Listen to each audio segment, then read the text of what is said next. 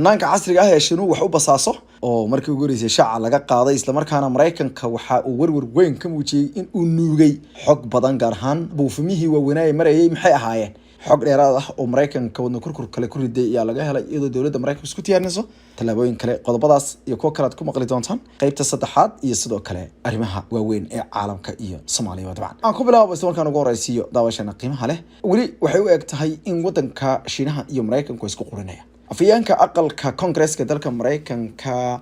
ninkii Kevin McCarthy ayaa go'aansaday in uu la kulmo toddobaadkan bari way dabcan haweeneyda madaxweynaha ismaamulka Goonigosadka ah Taiwan ee iyadu warwareegaysa dalka Mareykanka tsarahan ku ah mar walba hakadka ku ah ama transitka ku ah iyadoo markii hore magaalada New York transit ku noqotay iyadoo u socotay wadamo ku yaala bartamaha America hadeertana magaalada California ee xarunta u ah ay hakad ku tahay toddobaadkan waxaa la sheegay halkaasi inay oon baxayaan afyaanka baarlamaanka Kevin McCarthy oo isagu qaadaya tubtii haweeneydii ay isku mucaaradka ahaayeen laakiinse uu ka bedelay xilka Nancy Pelosi oo iyaduna hadda ka hor sidaasi oo kale intay u tagtay xisad weyn ka abuurtay Taiwan markii ay la soo kulantay haweeneyda la yiraahdo Tisa haatan haweeneydan oo Mareykan ku dul wareegaysa isla markaana sheegaysa inay tahay dhabaha ugu wanaagsan ee maray karayso ayuu sheegay McCarthy in isagoo wata xildhibaano isku dhaf ah oo ka wada labada xisbiba in ay la kulmi doonaan madaxweynaha Taiwan haweeneydan waxaa la sheegay inay ka wada hadli doonaan arrimaha waxa la hortaminta u leh xiriirka labada dal oo ay ku jirto arrinta qiriga qirta la isku yahay colaadda weyn ee laga naawilayo inay dhaxmarto iyaga iyo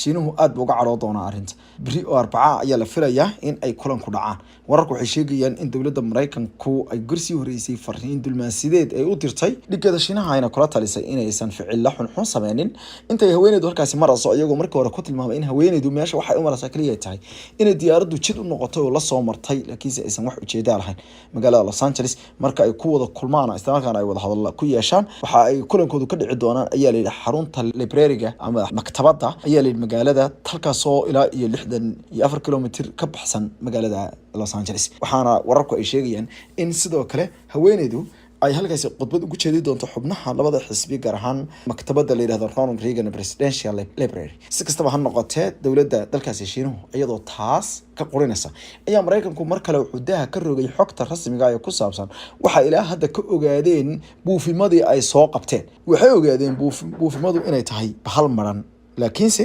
masiibo kale wadata oo si hadalka u dhigeen waxay ku tilmaameen inay tahay buufimadu hanaan la yaab leh oo wax basaasida oo casri ah taasoo si rasmi ah u direysay xogta oo dhan uguna gudbinaysay mashiino kale oo dhinaca computerizerka ah oo yaala bay yiraahdeen dalka Shiinaha baarayaashu waxay sheegeen kadib markay buufimadan soo rideen inay ku sameeyeen falanqayn iyo sidoo kale inay ka baaraan dageen hanaanka wax basaasida ee arrintan u leedahay kadibna waxay ku xaqiijiyeen inay ku ogaadeen hanaanka war ururinta oo aad u ballaaran aadna u halis badan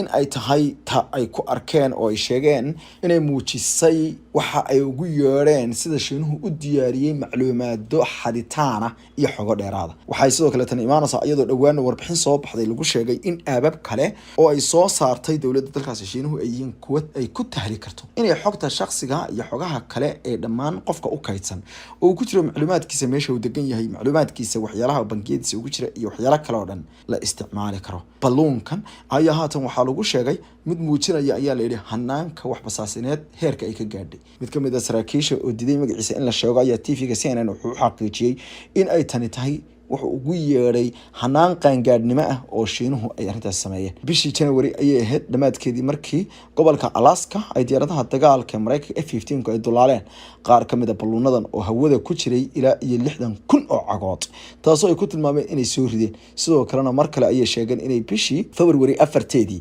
ay tallaabo kale ay qaadeen oo tan oo kale noqotay labada dal ayaa qir wixii markaas ka dambeeyay isku noqday taasi xitaa waxay keentay in xogayaha arrimaha dibadda dalka Mareykanka uu isla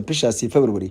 uu ka baxo shir uu doonayay in uu ku tago magaalada Beijing oo kula kulansanaa dhigiisa wadankaasi waxaana labada dal qir isku noqday sidoo kale taliyaha ciidanka dalka Mareykanka ee NORAD la yiraahdo qaybta waqooyiga US Northern Command la yiraahdo ayaa sheegay in ay gibi ahaanba waxyaalaha ay sameeyeen oo dhan ay muujinayso in Shiinuhu uu sameystay hanaan wax basaasideed oo halis ah kaasoo ka dhigan ay yiraahdeen in ay taalo xarunta wax nuugista waxa uu ugu sheegay magaalada la yiraahdo Hainan ee dalkaasi Shiinaha oo ah meesha warka lagu ururiyo dalalkan waxa laga baqayaa inay isku dilaan cara ka dhalata ayaa la yiri isbasaasida oo ay halis aad weyn ay keeni karayso tribalka wararka waxaa dhinaca diblomaasiyadda daawashada qiimaha leh gaanka dunida oo dhan fari kama qodna xogaha waaweyn iyo dhinaca diblomaasiyadda haatan aan fiirino saraakiisha ku sugan dalka Jamhuuriyadda Dimuqraadiga ee Congo ayaa sheegay in dhulgo halkaas ka dhacay ay dhowr iyo 10 ruux oo dad ku dhinteen maalintii Axad ahayd mas-uuliyiin ka tirsan maamulka degmada la yiraahdo Pulwa ee waqooyiga gobolka Kivu ayaa sheegay in tirada dhimashadu ay sii kordhay karto iyo goortii horeysay xaqiijiyay in 19 ruux la sheegay in halkaas ku geeriyoodeen kuwaas oo sheegay inay ka tirsanayeen bulshada gaar ahaan qaybaheeda ay yareen xasta ee dumar iyo caruur oo markaas iyagu dhar dhaqanayay kadibna ay ku aasmeen dhulka hoostiisa oo ku soo dumay waxay sheegeen in dhulka oo dibcay iyo dhibaatada aadka xoogan halkaas ka jirtay laajiligeed ay keentay in dadka badbaadintooda ay adkaato arrintan ayaa imaanaysa iyadoo dhanka kale ay marka dambeysay si xumaanayso ayaa la yiri arrimaha dhinaca baarashada dhulkaas oo dad badan ay ku sameeyaan baa la yiri qodashada iyo raadinta wax loogu yeeray ayaa la yiri xog cusub oo ku aadan dabcan dhaymanka iyo fidada kale ee wadankaasi laga raadiyo marka dambeysana si soconaysa sida hadalka hore haatan Turkiga 5 sanadood ee ugu dambeeyay wuxuu ku jiray dadaal xoogan oo inuu gaaro quwadda nukliyeerka quwadda nukliyeerka ayaa waxay u kala baxdaa rayd iyo military marka koobaadna wadamada badankoodu waxay isku diyaariyaan inay tubta koobaad ka bilaabaan oo ah inay marka u horeysaba ay gacanta ku dhigaan hanaanka raydka oo loola jeedo nukliyeerka in laga sameeyo dawo iyo koronto in laga dhaliyo iyo sidoo kale biyaha in lagu markaasi hagaajiyo oo biyaha lagu isticmaalo 5 sanadood kadib xarunta nukliyeerka ee loo yaqaan nuclear power plant NPP ee Akuyu ku taala degmada la yiraahdo ayaa haatan maalmo yar loo tirinayaa inay shaqeyso 27 bishii Abriil oo sidoo kalena ay bil uun ka dhiban tahay sanad guurada boqolaad ee Jamhuuriyadda Casriga ah ee dalka Turkiga ayaa daah laga furayaa qaybta koobaad ayaa lagu dhawaaqay taasoo yididiilo aad u weyn u noqon karaysa dadka shacabka ay wadankaas ku dhaqan boqol sano guurada Jamhuuriyadda Turkiga ayaa ay noqon doontaa ayaa markii ugu horeysay iyadoo la sheegay in hawlgalka saddexda qaybood ee ka haray qaybta koobaad cutubka koobaad ayaa shaqeyn doonta maalintaas saddexda qaybood ee ka harayna waxay dhameystimi doonaan 2026 waa mid kamid ah halbeegyada waaweyn ee uu tiigsanayay madaxweyne Rajab Tayyip Erdogan oo isagu doonayay inuu xaqiijiyo wax meel mar u noqdo wadankiisa ka hor intaan bisha May la gaarin doorashada guud ee wadankaasi looga dareeray waxaa la aaminsan yahay in isku dar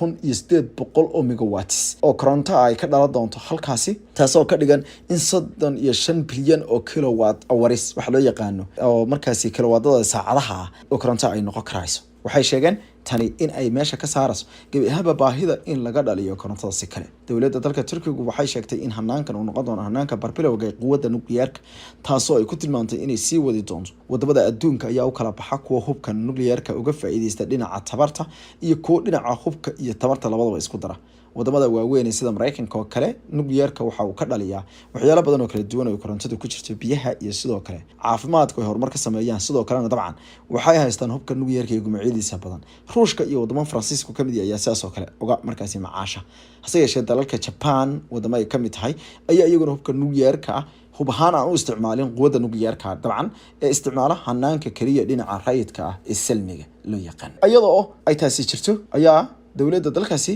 Turkigu waxa ay fasaxday sida ogeydeen wadanka leeyahay Finland markay fasaxeen waxa ay Finland hadda u dabaaldegaysaa inay ka biirtay maanta maalintii u horeysay u noqotay calankooda laga lalmiyo wadanka la yiraahdo Belgium xarunta qaramada gaashaanbuurta NATO ayaa calankooda ka lalmanaya sidaasna waxa ku dhawaaqay madaxa guud ee gaashaanbuurta NATO ninka la yiraahdo Jens